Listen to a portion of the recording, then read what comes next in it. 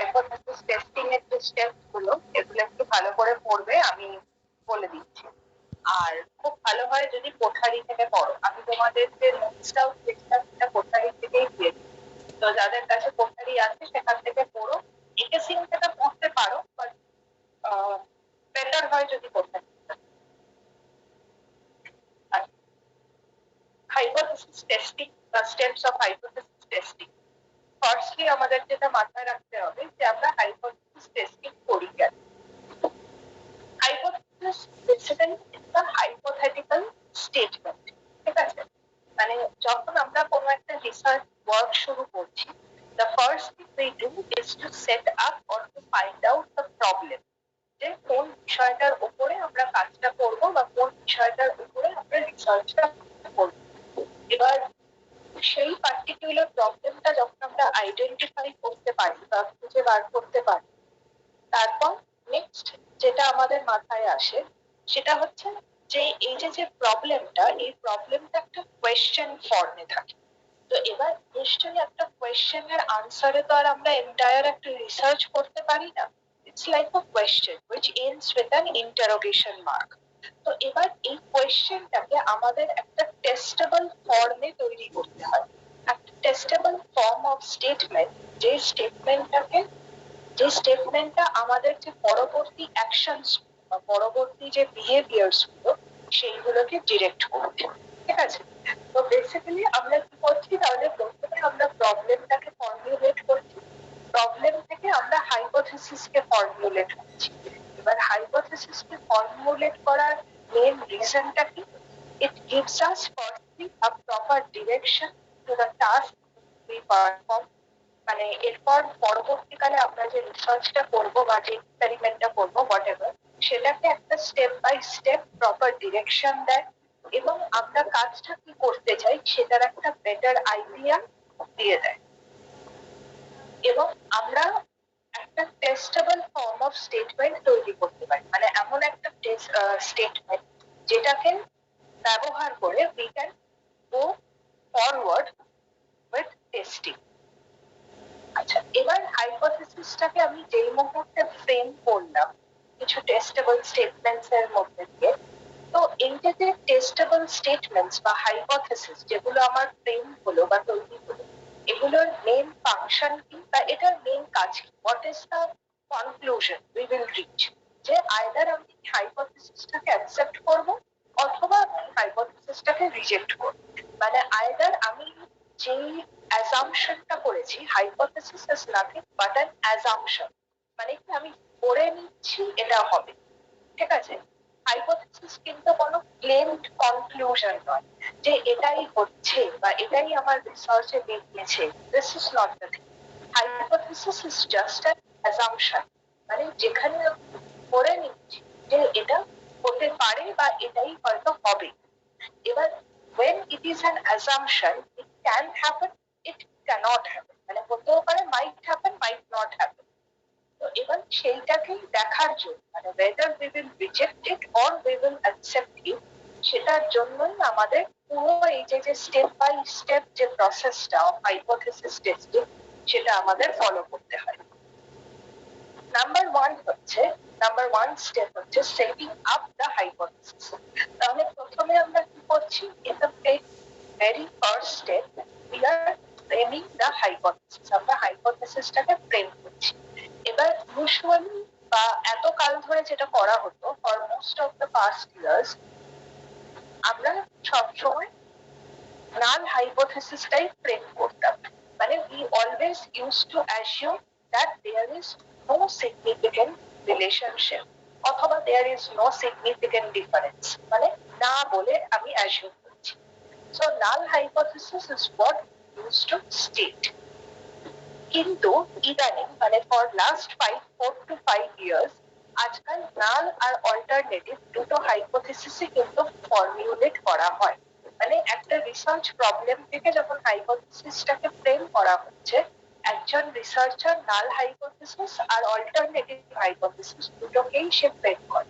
একবার সে বলবে যে there is no significant relationship, আর একবার সে বলবে there is a significant relationship। এই বল। এবার হাইপোথেসিসটা আমাদের ফ্রেম করতে হবে এবং এই হাইপোথেসিসটাকে ফ্রেম করার সময় আমাদের আরো কয়েকটা জিনিস মাথায় রাখতে হবে। কি কি?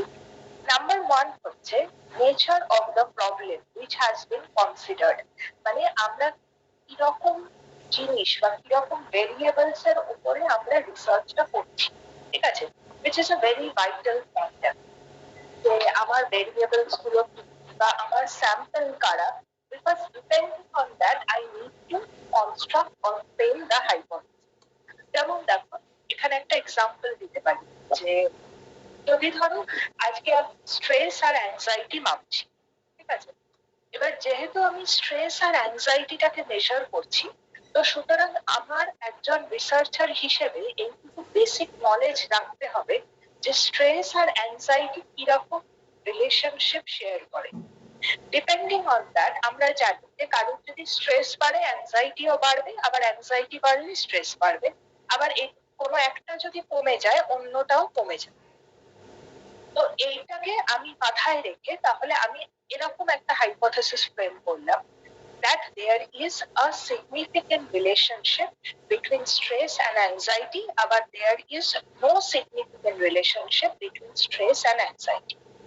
তো বেসিক্যালি যেটা করতে হবে সেটা হচ্ছে যে আমাদেরকে যে ভেরিয়েবলস গুলো বা যে বিষয়টার উপরে আমরা কাজটা করছি সেটার উপরে একটা ক্লিয়ার নলেজ আমাদের রাখতে হবে। নাম্বার টু হচ্ছে we have to decide whether we will go for one tail test or a two tail test. আগের দিনই তোমাদেরকে পড়িয়েছি যে আমি যখন হাইপোথেসিসটা ফ্রেম করছি তখনই কি আমি ক্লিয়ারলি এটা ডিসাইড করে নেব যে আমি যে হাইপোথেসিসটাকে স্টেট করছি বা ফ্রেম করছি সেগুলোকে আমি একটা এখন থেকেই একটা অ্যাজাম্পশন করার সময় কি আমি একটা প্রপার ডিরেকশন দিয়ে দেব নাকি দেব না।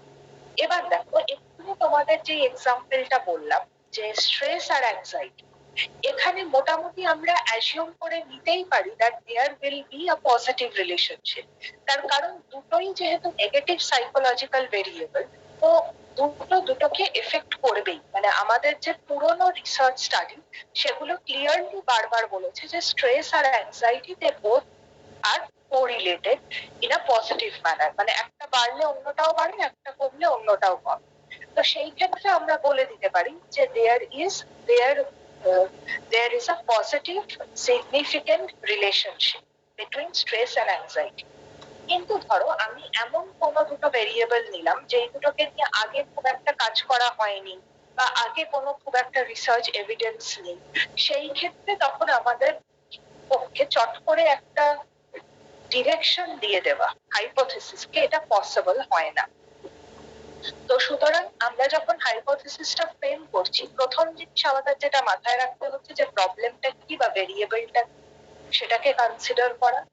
সেকেন্ড যেটা আমাদের মাথায় রাখতে হবে সেটা হচ্ছে whether it will be a one tail test or it will be a two tail test. Second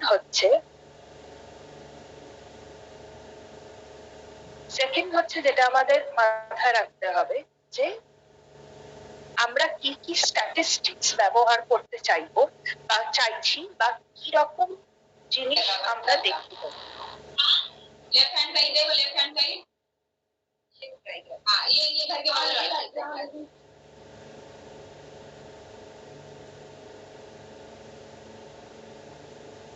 আচ্ছা সেকেন্ড জিনিস মানে আরেকটা জিনিস যেটা আমাদেরকে মাথায় রাখতে হবে সেটা হচ্ছে যে এই হাইপোথেসিস গুলোকে কনস্ট্রাক্ট করার সময় যে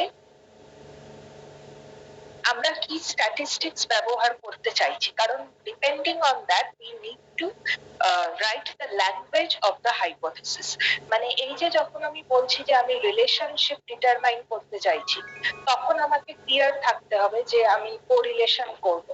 যখন আমি ডিফারেন্স কথাটা মেনশন করছি তখন আমি টি টেস্ট বা অ্যানোভা করতে চাইবো।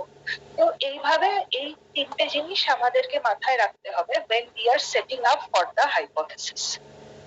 নাম্বার টু স্টেপ হচ্ছে সিলেক্টিং আ সিগনিফিকেন্স লেভেল। এটাও আগের দিন তোমাদের পড়িয়েছি যে সিগনিফিকেন্স লেভেলটা আমরা কিভাবে সেট। So the most popular significant levels are 5%, level or 1% level, মানে ওই 0.05 আর 0.01 এই দুটো লেভেলে ইউজুয়ালি আমরা লেভেল অফ সিগনিফিকেন্সটা ফিক্স করি। এবার কোন কোন ফ্যাক্টর গুলো এই level of significance K effect করে? নাম্বার 1 হচ্ছে the magnitude of the difference between sample means, মানে যেই দুটো স্যাম্পলের উপরে আমি কাজ করেছি তাদের যে মিন, সেই মিন ডিফারেন্সের ম্যাগনিটিউড কতটা, মানে whether there is a huge difference or there is a very less difference, তো সেই জায়গাটা আমাকে মাথায় রাখতে হয়।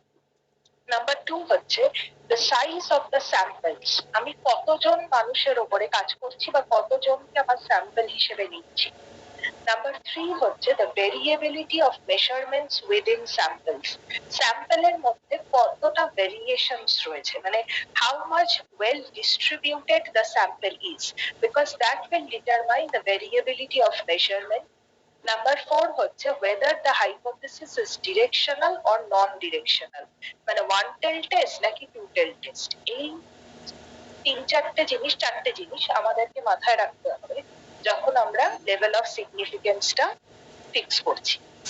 তারপর যাচ্ছি হচ্ছে থার্ড স্টেজ। থার্ড হচ্ছে টেস্ট স্ট্যাটিস্টিক। টেস্ট স্ট্যাটিস্টিকে আমরা কি করছি? we will be conducting hypothesis tests for mean, proportion and variance, মানে এখানে আমাদের যেটা ডিটারমাইন করতে হবে, যেটা একটু আগেই তোমাদের বললাম, যে depending on the language of the hypothesis আমাদেরকে বুঝতে হবে যে আমরা কি রকম স্ট্যাটিস্টিক্স এখানে অ্যাপ্লাই করতে চাইছি। And which is very important, depending on the demand of the research study, যে আমি কি রকম রিসার্চ করছি, আমি কি কি জিনিস আমি এখান থেকে ডিটারমাইন করতে চাইছি বা বার করতে চাইছি, বা what are the main objectives of the research. Depending on that we need to apply the statistics and do the sample observations.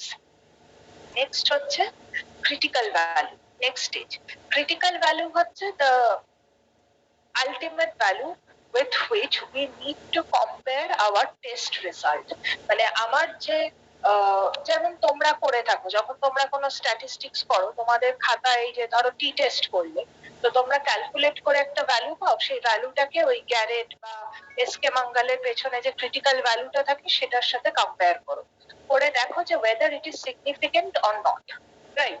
তো ঠিক তেমনই, মানে সেই ক্রিটিক্যাল ভ্যালুর সাথে আমাদের কম্পেয়ার করে দেখতে হবে। and the last is to take the decision, এবার মানে ক্রিটিক্যাল ভ্যালু বা তার থেকে বড় যদি হয় তাহলে আমি জিনিসটাকে সিগনিফিকেন্ট বলছি বা হাইপোথিসিসটাকে সিগনিফিকেন্ট বলছি, আর যদি দেখছি যে ক্রিটিক্যাল ভ্যালু থেকে কম হচ্ছে তাহলে আমি ইনসিগনিফিকেন্ট বলছি। তো এবার এইভাবে আমরা হাইপোথিসিসটাকে, এবার যদি ধরো আমি নাল হাইপোথিসিস দিয়ে কাজ করি, এবার ওটা তাহলে আমি নাল হাইপোথিসিসকে অ্যাকসেপ্ট করব আর অল্টারনেটিভ হাইপোথিসিসকে রিজেক্ট করব, আর যদি উল্টোটা করে থাকি তাহলে উল্টোটা। ঠিক আছে, তাহলে এটা হচ্ছে মোটামুটি test of hypothesis, steps of hypothesis.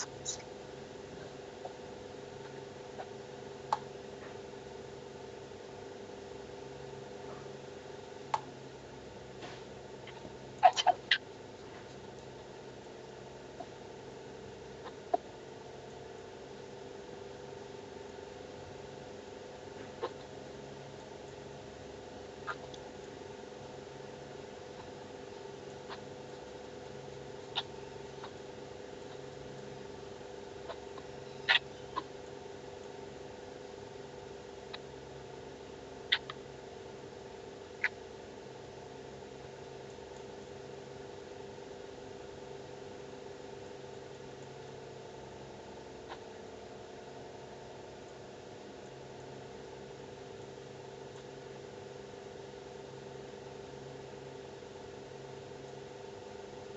এক সেকেন্ড দাঁড়াও।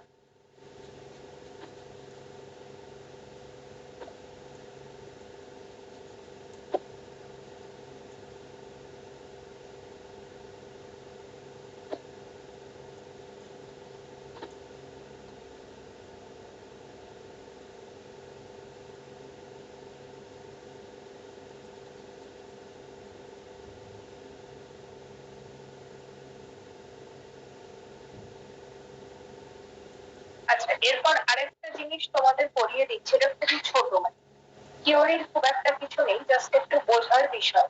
সেটা হচ্ছে হাইপোথিসিস টেস্টিং ফর, এই যে দেখো এখানে একটা তোমাদের রয়েছে, hypothesis testing about the difference two independent means. আচ্ছা, এখানে বেসিক্যালি যেটা বলছে সেটা হচ্ছে যে যখন আমরা জানি যে ইন্ডিপেন্ডেন্ট আর ডিপেন্ডেন্ট এই ধরনের স্যাম্পল কাকে বলে, মানে যখন ধরো আমরা এরকম কোন গ্রুপ অফ ইন্ডিভিজুয়ালের থেকে ডেটা তুলছি, মানে আমার কাছে দুটো সেট অফ ডেটা রয়েছে, ঠিক আছে, এবার দুটো সেট অফ ডেটা আমি সেম ইন্ডিভিজুয়ালদের উপর থেকে তুলেছি, তখন ওটা হচ্ছে ডিপেন্ডেন্ট স্যাম্পল ডেটা। আর যখন আমরা দুটো আলাদা আলাদা স্যাম্পলের ওপর থেকে আমরা যখন ডেটা কালেক্ট করি, দ্যাট ইজ ইন্ডিপেন্ডেন্ট। এবার যেমন ধরো আমি যদি আজকে রিসার্চ করি, মানে সরি, ইউজুয়ালি যেটা স্টাডিতে হয় বা এক্সপেরিমেন্টেও হতে পারে। ধরো আমি প্রথমে একটা গ্রুপ অফ ইন্ডিভিজুয়ালকে এমনি নর্মাল কন্ডিশনে তাদের ডেটা দিলাম। ধরো আমি দেখতে চাইছি যে কোনো একটা ড্রাগ, হয়তো এগুলো ইউজুয়ালি ওই মেডিসিন কোম্পানি বা এই ধরনের কোনো ল্যাব জড়িত কাজে এই ধরনের ড্রাগ যখন ম্যানুফ্যাকচারিং হয়, তখন এই ধরনের এক্সপেরিমেন্ট গুলো করা হয়ে থাকে, যেখানে ধরো সাপোজ 30 জন কি 30 জনও হতে পারে, 3000 জনও হতে পারে, যতজনের ওপর এক্সপেরিমেন্ট করা হবে, প্রেফারেবলি 3000 জন, বিকজ স্যাম্পল সাইজটা বড়। এবার এই 3000 জনকে আমি ধরো প্রথমে এমনি ডেটা কালেক্ট করি, ঠিক আছে, এবার ধরো আমি দেখতে চাইলাম যে তাদের স্লিপিং আওয়ার্স কিরকম। এবার তারা মোটামুটি, তাদের থেকে আমি জিজ্ঞেস করলাম যে তারা মোটামুটি কতক্ষণ ধরে ঘুমোয়, তাদের স্লিপ কোয়ালিটি কিরকম, এরকম। এবার সেটা আমি কোনো কোয়েশ্চেনের ফিল আপ করিয়ে করাতে পারি, বা যদি এক্সপেরিমেন্ট হয় তাহলে আমি ল্যাবরেটরি সেট আপে একটা পুরো কন্ট্রোলড কন্ডিশন তৈরি করে তাদেরকে হয়তো সেখানেই আমি ঘুমোতে দিলাম, ঠিক আছে। এবার দেখছি যে কে কতক্ষণ, কতটা ঘন্টা ঘুমোতে পারে, এবং থ্রু ডিফারেন্ট ইমেজিং টেকনিক্স বা বিভিন্ন রকমের এক্সপেরিমেন্টাল টুলস ইউজ করে আমি তাদের কোয়ালিটি অফ স্লিপটা মেজার। এবার এইখানে আমার একটা সায়েন্টিফিক ডেটা আমার কাছে এলো। এবার তারপর আমি তাদেরকেই হয়তো একটা, আমি যে ড্রাগটা নিয়ে কাজ করছি সেই স্লিপিং ড্রাগটা আমি তাদের উপরে অ্যাপ্লাই, ঘুমের ওষুধ তাদের উপরে অ্যাপ্লাই করলাম, করে এবার আমি তাদের সেই সেম কন্ট্রোল কন্ডিশনে ঘুমোতে দিলাম, এবং ঠিক তার আগের বার যা যা মেজার করেছিলাম সেই প্রত্যেকটা বিষয় আবার মেজার। এবার দুটো ডেটাকে আমি কম্পেয়ার, তো এরকম যদি আমার সিনারিওটা হয় where both the data x and y have been collected from the same group of individuals, তখন সেটাকে আমরা ডিপেন্ডেন্ট কেস, মানে ডিপেন্ডেন্ট বলে।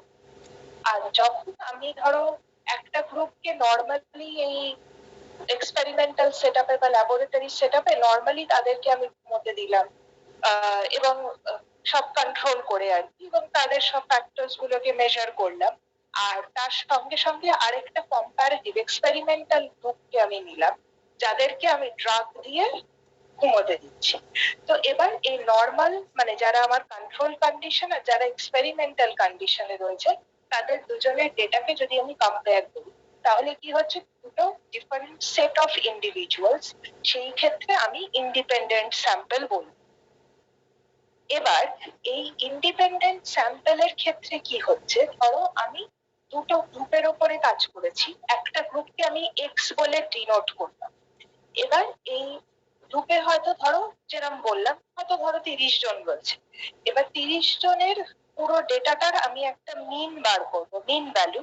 আবার ঠিক একই ভাবে ধরো ওয়াই যে গ্রুপটা রয়েছে, মানে গ্রুপ নাম্বার 2, সেই ওয়াই গ্রুপ অফ ইন্ডিভিজুয়ালদের ডেটাটা কালেক্ট করে আমি ঠিক একই ভাবে মিনটাকে ডিটারমাইন করবো। তো তাহলে কি হলো, আমার কাছে দুটো ইন্ডিপেন্ডেন্ট যে স্যাম্পল গ্রুপ, তাদের দুটো ইন্ডিপেন্ডেন্ট মিন আমার কাছে এলো। এবার এই দুটো মিনকে আমাকে কি করতে হবে, না স্ট্যাটিস্টিক্যালি ডিটারমাইন করতে হবে with the help of statistical measures, যে এই দুটো মিনের মধ্যে কোনো ডিফারেন্স আছে, এবং depending on that we have to accept or reject the hypothesis we have framed. ঠিক আছে, মানে যেমন ধরো আমি যদি নাল হাইপোথিসিস করে থাকি, সেখানে আমার মানে বেসিক্যালি এবার যেটা বোঝার, যে আমার তিনটে কন্ডিশন হতে পারে, মানে যখন আমি এই ডিফারেন্স অফ ইন্ডিপেন্ডেন্ট মিন দুটো গ্রুপের, তাদের যখন হাইপোথেসিস টেস্টিং আমি করছি, আমাকে তিনটে হাইপোথেসিস ড্র করতে হবে। কি কি? নাম্বার ওয়ান হচ্ছে যে the mean difference of the two independent sample will be equal to each other, মানে যেখানে আমার যে মিন ভ্যালুটা বেরোবে দুটো স্যাম্পলের ক্ষেত্রে একই মিন বেরোচ্ছে, they both are equal to each other। এটা একটা প্রবাবল চান্স হতে পারে, বা এটা আমার একটা অ্যাজাম্পশন হতে পারে রিসার্চার হিসেবে। সেকেন্ড যেটা হতে পারে নাল হাইপোথেসিস, যে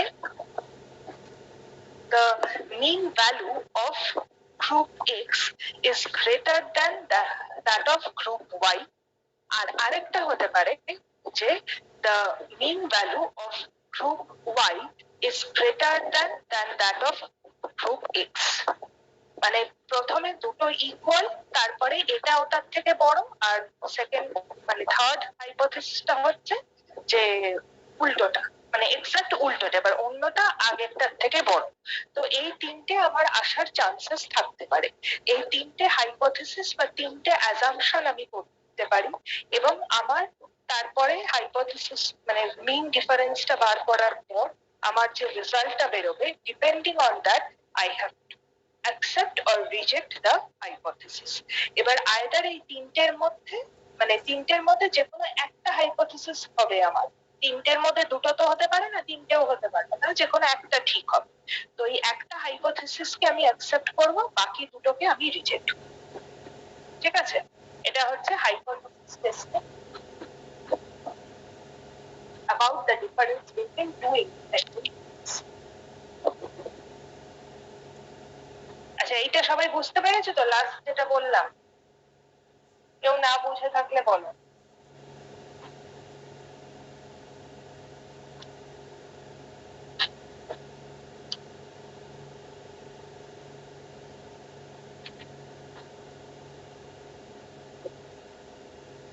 ম্যাম আরেকবার বলবেন? কোন জায়গাটা বলবো বলো? ম্যাম ওই মিনের জায়গাটা বুঝতে পারলাম না, যে প্রথমবার সেম হবে, দ্বিতীয়বার এক্স ওয়াই এর থেকে বড় হবে, তৃতীয়বার ওয়াই এক্স এর থেকে বড় হবে, তাই তো? হ্যাঁ হ্যাঁ, একদমই তাই। মানে এই তিনটে প্রবাবল চান্স আমার হতে পারে, এবার তিনটের মধ্যে কোনো একটা ঠিক হবে, বাকি দুটো ভুল হবে। তো যেটা ঠিক হবে সেই হাইপোথেসিসটাকে আমি অ্যাকসেপ্ট করবো, আর বাকি দুটোকে রিজেক্ট করবো। এবার বুঝতে পেরেছো? হ্যাঁ ম্যাম।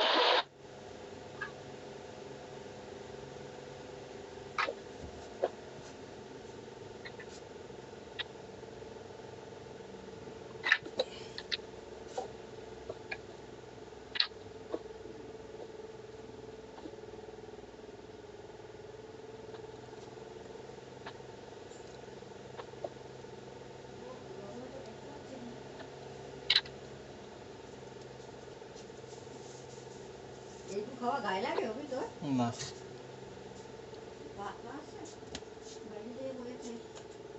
আচ্ছা, প্রথমটাতে টি এর জায়গাটা বাকি রয়েছে।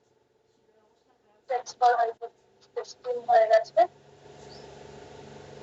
আর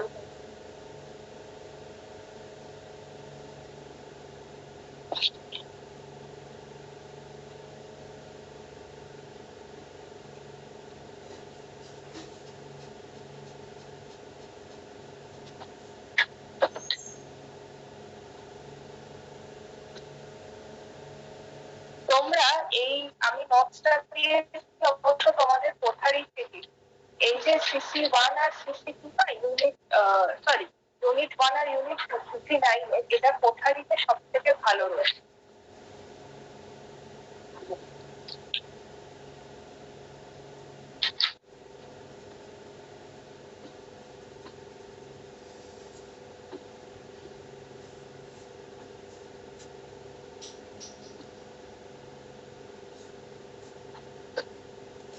আচ্ছা, এরপর তোমাদের লাস্ট আজকে আরেকটা কনসেপ্ট আমি পড়িয়ে দিচ্ছি।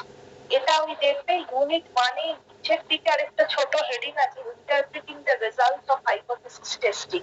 সেখানে একটা আছে পাওয়ার অফ আ টেস্ট, ওই পাওয়ার অফ আ টেস্টটা পড়িয়ে দিচ্ছি। আচ্ছা, পাওয়ার অফ আ টেস্ট কি বলছি, যে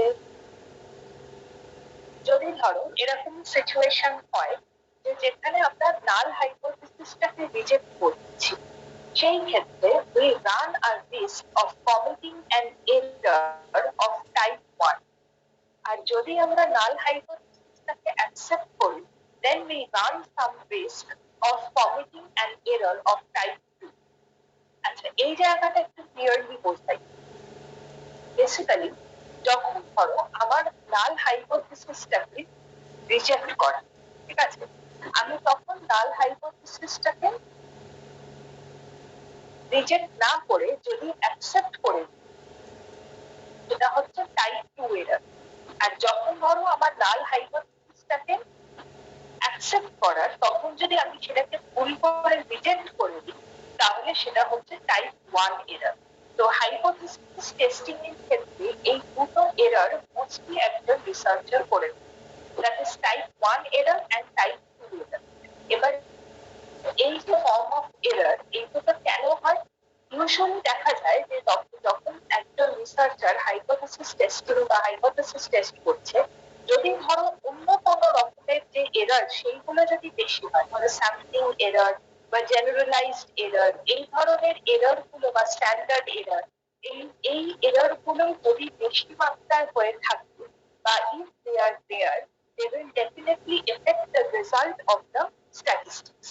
ঠিক আছে, যদি আমি আজকে স্যাম্পলিং এ কোনো ভুলভাল করি, যদি স্যাম্পলিং এরর ঘটে থাকে, বা যদি ধরো আমি যে স্ট্যান্ডার্ড এরর, মানে যতটা অ্যাকচুয়ালি মিন ভ্যালু থেকে আমার পপুলেশনটা ডেভিয়েটেড, তার থেকে যদি ধরো অনেকটা বেশি ডেভিয়েটেড হয়ে যায়, জাস্ট বিকজ আমি স্কিউড ডেটা তুলেছি, মানে এক্সট্রিম ইন্ডিভিজুয়ালদের ডেটা তুলেছি, এই ক্ষেত্রে কি হয় যে আমাদের যে স্ট্যাটিস্টিক্স এর যে রেজাল্টটা বেরোয় at the end of the calculation কোনো রিসার্চ, এই রেজাল্টটা ভুল হবে ডেফিনেটলি, মানে it will not be the right result. এবং যার ফলে কি হবে, যেই হাইপোথিসিসটাকে হয়তো আমাদের রিজেক্ট করার ছিল, সেটাকে আমরা অ্যাকসেপ্ট করে নিচ্ছি, কারণ আমাদের ভুল ডেটা, ভুল রেজাল্ট দেখিয়েছে। আবার উল্টোটাও হতে পারে, যে যেই ধরো নাল হাইপোথিসিসটাকে আমার রিজেক্ট করার ছিল, সেটাকে আমি অ্যাকসেপ্ট করে নিচ্ছি, আর যেটাকে অ্যাকসেপ্ট করো ওটাকে রিজেক্ট করি, any one of the two may offer. তো সেই অনুযায়ী আমাদের টাইপ 1 এরর বা টাইপ 2 এরর, এই দুটো ধরনের এরর মেইনলি হয়ে থাকে in case of hypothesis test.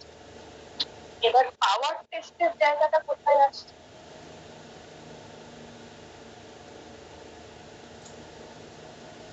এই পাওয়ার টেস্টটা কি বলছে, যে পাওয়ার কার্ভ যেটা, হ্যাঁ, রেজাল্টিং কার্ভ, যেটাকে আমরা পাওয়ার কার্ভও বলে থাকি, associated with the given test. Power curve of a hypothesis test is the curve that shows the conditional probability of rejecting null hypothesis as a function of the population parameter and size of the sample. মানে আমরা একটা curve, একটা particular যে টেস্টটা, মানে পাওয়ার test যেটা, সেটাকে যদি আমরা অ্যাপ্লাই করি, তাহলে সেখান থেকে একটা কার্ভ আমরা পাবো, যেটাকে আমরা পাওয়ার কার্ভ বলে থাকি। এই পাওয়ার কার্ভ কি করে? এই পাওয়ার কার্ভ আমাদেরকে বুঝিয়ে দেবে যে আমার কতটা চান্স রয়েছে যে নাল হাইপোথিসিসকে আমরা রিজেক্ট করতে পারি, বা উল্টোটা নাল হাইপোথিসিসকে আমরা অ্যাকসেপ্ট করতে পারি, depending on the population parameter, মানে কোন পপুলেশনের উপরে আমি কাজ করছি আর আমার স্যাম্পল সাইজ কত। তাহলে এই যে যে দুটো ফ্যাক্টর, যে কোন পপুলেশনের উপর কাজ করছি আর আমার স্যাম্পল সাইজ কত, এই দুটোকে খেয়াল রেখে বা এই দুটোকে মাথায় রেখে আমরা ডিটারমাইন করতে পারবো with the help of the power curve, যে আমরা নাল হাইপোথিসিসটাকে রিজেক্ট করবো নাকি অ্যাকসেপ্ট করবো। সো বেসিক্যালি এই পাওয়ার টেস্ট যেটা, এটা হচ্ছে একটা ধরনের টেস্ট, ঠিক আছে, মানে এক ধরনের স্ট্যাটিস্টিক্স ঠিক বলবো না, একটা কাইন্ড অফ ফর্মুলা, যে ফর্মুলাটাকে অ্যাপ্লাই করে বেসিক্যালি আমরা এই টাইপ 1 আর টাইপ 2 এররের যে চান্স, সেটাকে রিডিউস করাতে পারি। মানে হাইপোথিসিস টেস্টিং এর সময় আমাদের যেটা একটু আগে তোমাদের বললাম, টাইপ 1 এরর, টাইপ 2 এরর। তো এই দুটো ধরনের এররকে কন্ট্রোল করতে গেলে বা এই দুটো ধরনের এররকে রিডিউস করতে গেলে আমরা এই পাওয়ার টেস্টের অ্যাপ্লাই করতে। তো এই পাওয়ার টেস্টে অ্যাপ্লাই করলে বেসিক্যালি কি হবে, আমরা একটা কার্ভ পাবো, পাওয়ার কার্ভ। সেই পাওয়ার কার্ভটা আমাদেরকে বুঝিয়ে দেবে যে আমার যে রিসার্চ ওয়ার্কটা সেখানে কোথায় গন্ডগোলটা হয়েছে বা কোথায় এরারটা হয়েছে, যার জন্য আমার টেস্টটা যে হাইপোথিসিসটা সেটা এরারের মধ্যে দিয়ে বা আমরা যাতে টাইপ 1 বা টাইপ 2 টাকে প্রিভেন্ট করতে পারি, সেই জন্য অনেক সময় রিসার্চার কি করে এই পাওয়ার টেস্টটা অ্যাপ্লাই করে আগে। আর এই যে পাওয়ার কার্ভের যে ফাংশন, মানে তার যে কাজ, সেটাকে পাওয়ার ফাংশন বলা হয়। The power function of a test is that function defined for all values of the parameter which yields the probability that null hypothesis is rejected, and the value of the power function at a specific parameter point is called the power of the test at that. মানে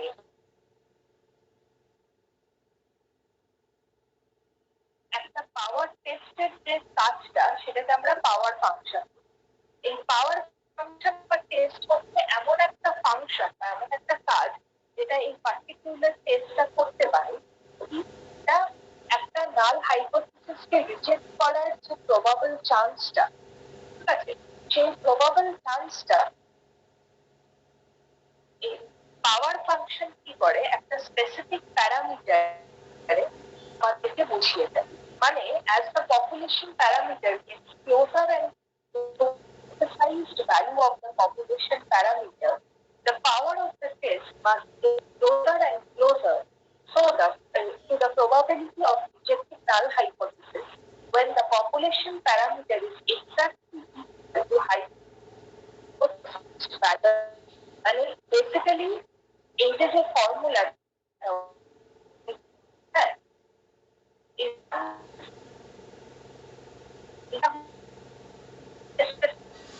সেটি population প্যারামিটারের value, সেটার কতটা কাছাকাছি যাচ্ছে, মানে what is the real thing আর আমার রিসার্চে কি বেরিয়েছে, এই দুটোর মধ্যে যত বেশি তফাৎ হবে, দ্যাট ইজ দ্য এরর। মানে সেটা হচ্ছে আমার ভুল, যেটা রিসার্চ করতে গিয়ে হয়েছে। সেই এররটাকে রিডিউস করার জন্য, মানে what is the actual characteristics of the population or what is the population parameter, and on the other hand the result we have determined, ঠিক আছে, এই দুটোর মধ্যে যত বেশি ক্লোজনেস থাকবে, তার মানে আমার পাওয়ার ফাংশন বা পাওয়ার টেস্ট তত ভালো কাজ করেছে, এবং এই ডিফারেন্সটা যত বেশি বাড়বে, তার মানে আমার পাওয়ার টেস্ট ঠিকঠাক ভাবে হবে, ঠিক আছে। এই আর পাওয়ার টেস্ট মানে এটা হচ্ছে বেসিক্যালি 1 মাইনাস বিটা হচ্ছে এটার ফর্মুলা। এই বিটার জায়গাটাতে আমরা যে পাওয়ার ভ্যালু বা যে ভ্যালুটা সেটা পুট করি এবং 1 এর থেকে সেটাকে মাইনাস, এবং এটার মেইন কাজ হচ্ছে এই টেস্টটার যে এই যে টাইপ 1 আর টাইপ 2 এরর, যেটা হাইপোথিসিস টেস্টিং করতে গেলে মোস্টলি হয়ে থাকে, সেই এররটাকে রিডিউস করা। আমার যে অরিজিনাল যে সেটার সঙ্গে আমাদের সেটাতে খুব একটা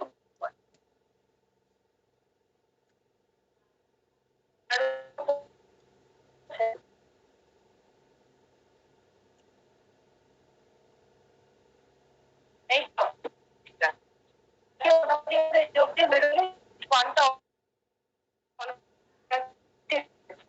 আর একটা তো স্কুল আমাদের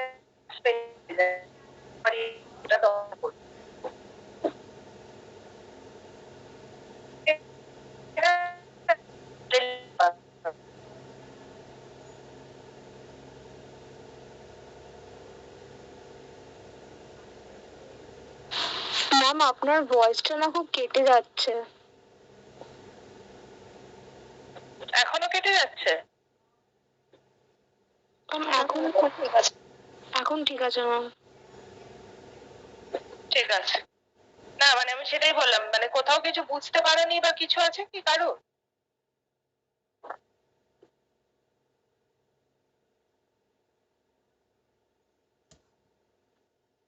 ঠিক আছে, মানে আমার আজকের মতো হয়ে গেছে, তো আজকে তো আর মানে ইউনিট 1 এ একটা কিছু বাকি নেই।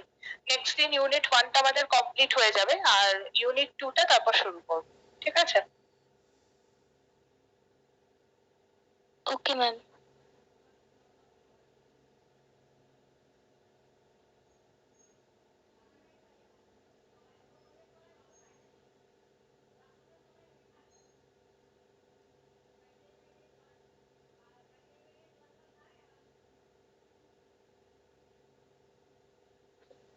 লিভ করতে পারো।